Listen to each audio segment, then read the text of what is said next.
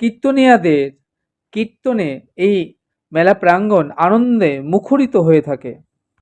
রাজ্যের বহু দূর দূরান্ত থেকে এই সকল সঙ্গীত বিশারদগণ বা কীর্তনিয়ারা তারা এই স্থানে কীর্তন পরিবেশন করাকে সুকৃতি বলে মনে করেন।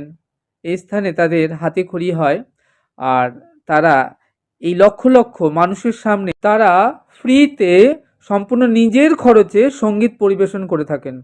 এই মেলাতে এসে এত বড় আসরে তারা সঙ্গীত বা কীর্তন যে পরিবেশন করেন, তার মাধ্যমে তাদের কীর্তনের প্রচার এবং বায়নাও তারা পেয়ে থাকেন।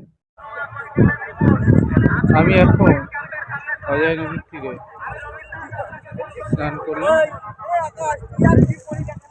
এই জয়দেবের মেলাতে।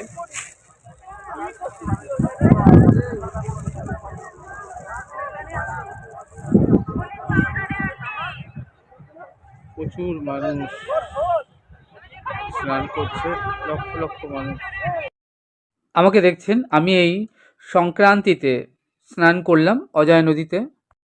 প্রতি বছর মকর সংক্রান্তিতে বীরভূম জেলার কেন্দুলি গ্রামে যে ঐতিহ্যবাহী জয়দেব মেলায় অজয় নদীতে যে স্নান যাত্রা অনুষ্ঠিত হয়, সেখানে লক্ষ লক্ষ মানুষ রাজ্যের এবং রাজ্যের বাইরে থেকে তারা আসেন এখানে স্নান যাত্রায় পুণ্য অর্জনের জন্য।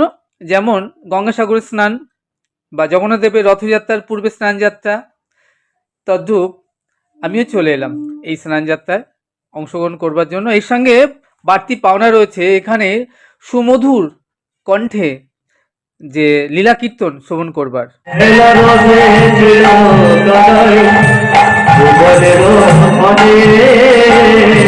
হ্যালো